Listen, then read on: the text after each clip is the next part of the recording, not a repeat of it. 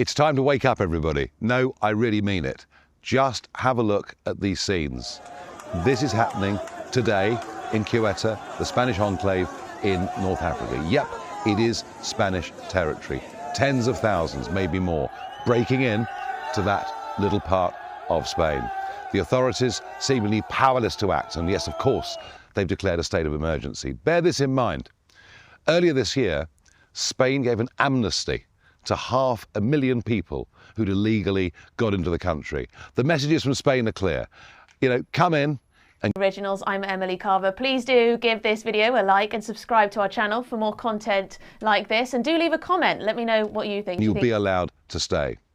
Some of you might remember a poster I put out 10 years ago called Breaking Point, where I showed vast numbers illegally breaking into the European Union. I made the point that if we vote for Brexit, we'll have the power to stop those people coming here. Sadly, the Tories failed us, Labour have failed us. Believe me, unless we get a reform government, those scenes you're seeing in Spain today, many of those young men, lots of them dangerous, will be heading towards Calais and coming to our country too. It is time to wake up. This is a battle for the future of our civilization. I can't put it any more plainly than that. Now, I hear apparently all these people have gone back, but is that right? What's going on?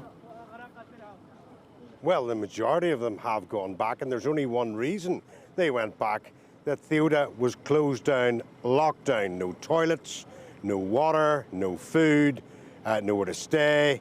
So the people that had basically invaded and broke through this border decided that they had to go back home, encouraged, we must say, by the Spanish army and security forces. They started the morning almost helping them to cross that border, but now Ceuta is fully closed down, and what we've got is a game of hide and seek.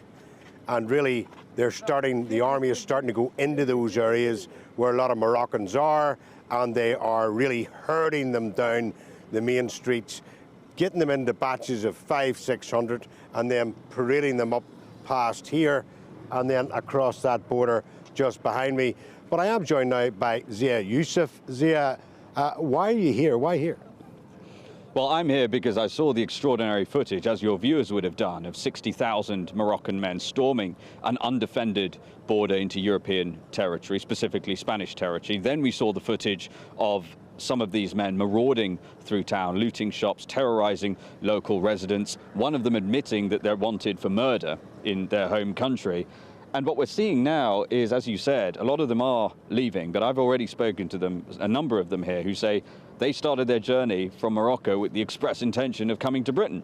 And why do they want to come to Britain? It's because we basically lay on a food bank for the world. And I want to say one other thing. When people saw 60,000 people, 60,000 men storm a beach like that, it creates global attention. That's why Spain has effectively militarized its border, and that's what we're seeing right now. Yes. And of course, that's what loads of people will be shouting at their television, saying, well, what about Britain? Can they not sort of protect their borders? Can they not do exactly what Spain's done here and send them back? Yeah, well, look, even more important than that, that's what 60,000 looked like arriving on a single day. That's why it's so striking.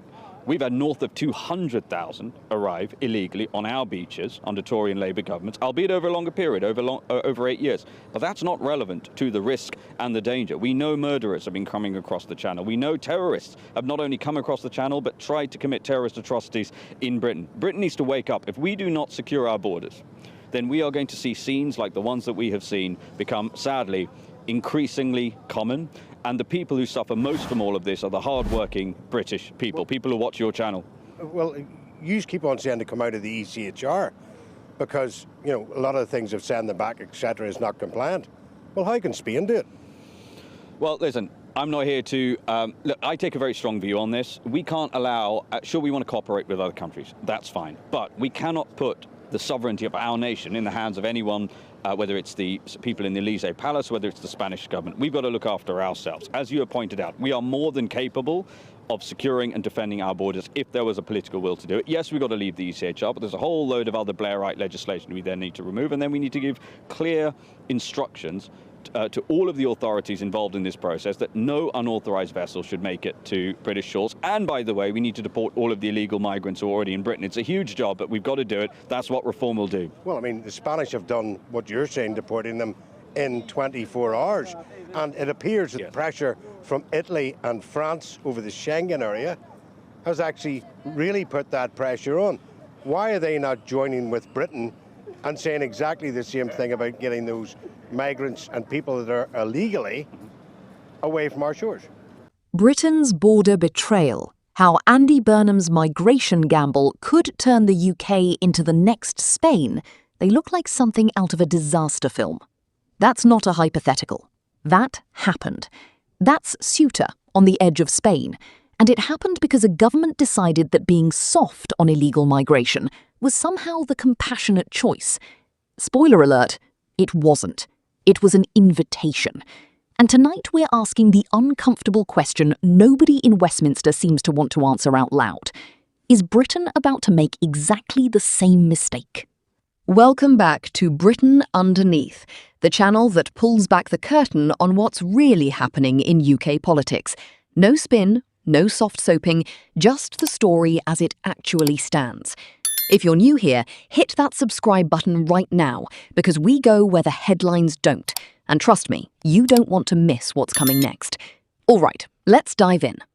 So here's the situation. Katie Lamb, the shadow Home Office Minister, has come out swinging with a warning that's blunt, uncomfortable, and honestly hard to ignore. Her claim is simple. Labour, she says, has effectively opened the door for a fresh surge in migration into this country. And she's not pulling that argument from nowhere. She's pointing straight at Spain as the cautionary tale. Let's rewind a moment, because context matters here. Back in April, the Spanish government rolled out an amnesty scheme for the vast majority of illegal migrants already living in the country.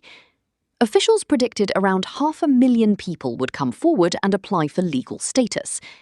The actual number? Over 1 million. Double the estimate. That's not a rounding error. That's a government catastrophically misjudging the scale of what it was unleashing.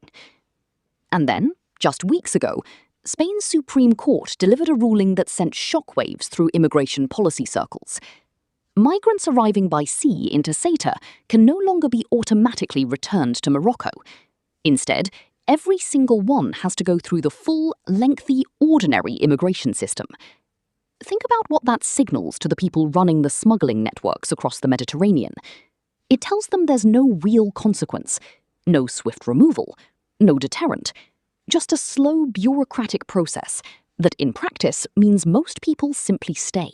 Because we have had politicians in Britain now for decades who don't want to do that. The Tory party had 14 years. They never took a single meaningful step to actually solve this problem. They never lift the ECHR, despite what they claim now. Labour, there's a reason why Andy Burnham has barely mentioned the small boats crisis. He makes videos about fruit and bread more frequently than he talks about illegal migration. And the reason is he and his parliamentary Labour Party are quite happy with the current situation because they view every single man who breaks into Britain as a future voter. Yes, but what I'm saying to you is, why do you need to leave the ECHR if Spain can do, backed by Italy and France, what you have been saying can't be done with the ECHR?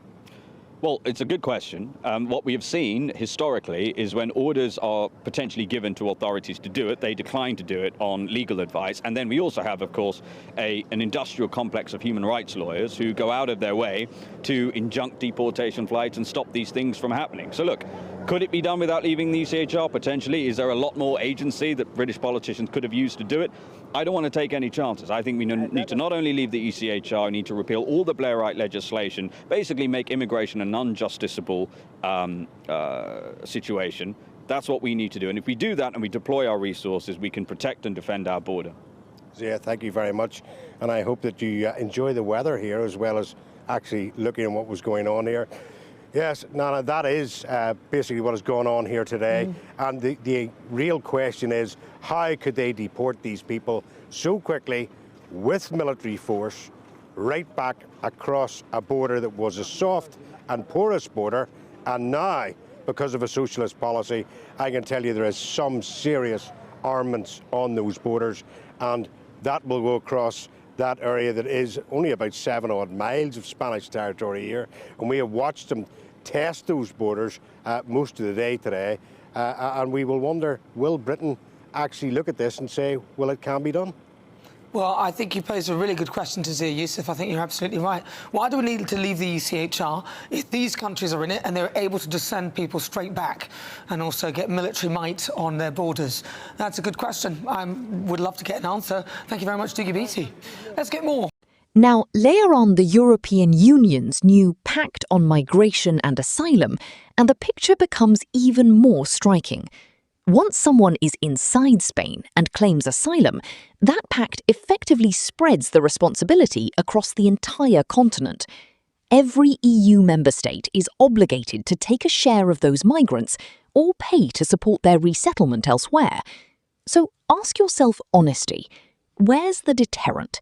Where is the incentive for anyone to think twice before making that crossing? This is the story unfolding in Spain right now.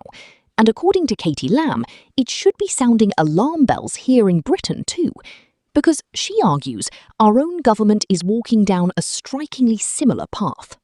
Before we go further, if this kind of deep, no-nonsense breakdown of British politics is what you come here for, now's the perfect moment to subscribe to Britain Underneath. We're building a community of people who actually want the full picture, not just sound bites. So go on, tap that button. It takes 2 seconds and it genuinely helps this channel keep doing what it does. Right, back to the story. When Labour came into government, one of their early moves was to scrap rules that had been introduced by the previous administration, specifically to prevent illegal migrants from claiming asylum. That policy shift alone raised eyebrows, but it's the numbers since then that really tell the story. Currently, fewer than 1 in 6 rejected asylum seekers are actually removed from the country. Let that sink in. The vast majority of people whose asylum claims are turned down simply remain. No swift removal, no consistent enforcement, just another name added to a growing backlog. And now, according to reports, the Home Secretary is exploring the idea of expanding so-called safe and legal routes, potentially allowing community organisations to sponsor asylum seekers directly. On paper, that might sound compassionate, but critics like Katie Lamb argue it's essentially opening a wider, more formalised channel for exactly the kind of surge Spain is now grappling with. Here's the core argument being made, stripped of all the political noise.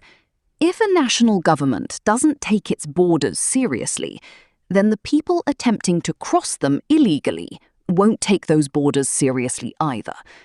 A soft approach today doesn't solve a migration crisis. It postpones it, and it grows it. That's the lesson Spain is learning in real time, on camera, with images that are genuinely hard to watch. Now, of course, this isn't a debate with only one side, and we'd be doing you a disservice if we pretended otherwise. Plenty of voices, including refugee charities, legal experts, and figures within Labour itself, argue that framing this purely as a soft touch problem oversimplifies a deeply complicated global picture. They point to war, instability, and economic collapse in migrants' home countries as the real drivers pushing people toward dangerous crossings in the first place, arguing that tougher enforcement alone rarely addresses root causes and can create its own humanitarian problems. Others question whether leaving international frameworks, like the European Convention on Human Rights, something Katie Lamb and her colleagues have floated as a solution, would actually make removals faster, or whether it would simply strip away legal protections without fixing the underlying processing backlog. It's a genuinely contested debate, and reasonable people land in very different places on it. But politically, here's what makes this moment so charged. Katie Lamb's warning isn't just aimed at the Home Secretary in the abstract, it's a pointed challenge to figures like Andy Burnham, who many see as a rising voice within Labour's broader movement and a potential contender for future leadership. The argument being pushed is this: if leaders like Burnham don't heed what's happening in Spain as a genuine warning sign, the same pattern, chaos at the border, overwhelmed systems, growing public frustration could very easily play out here on British soil. Whether you find that argument persuasive or overstated, one thing is clear. This is no longer a distant European story we can watch from a safe distance. It's being framed, deliberately and forcefully, as a preview of Britain's own future if current policy directions don't shift. And that's precisely why this story deserves your full attention. Right now.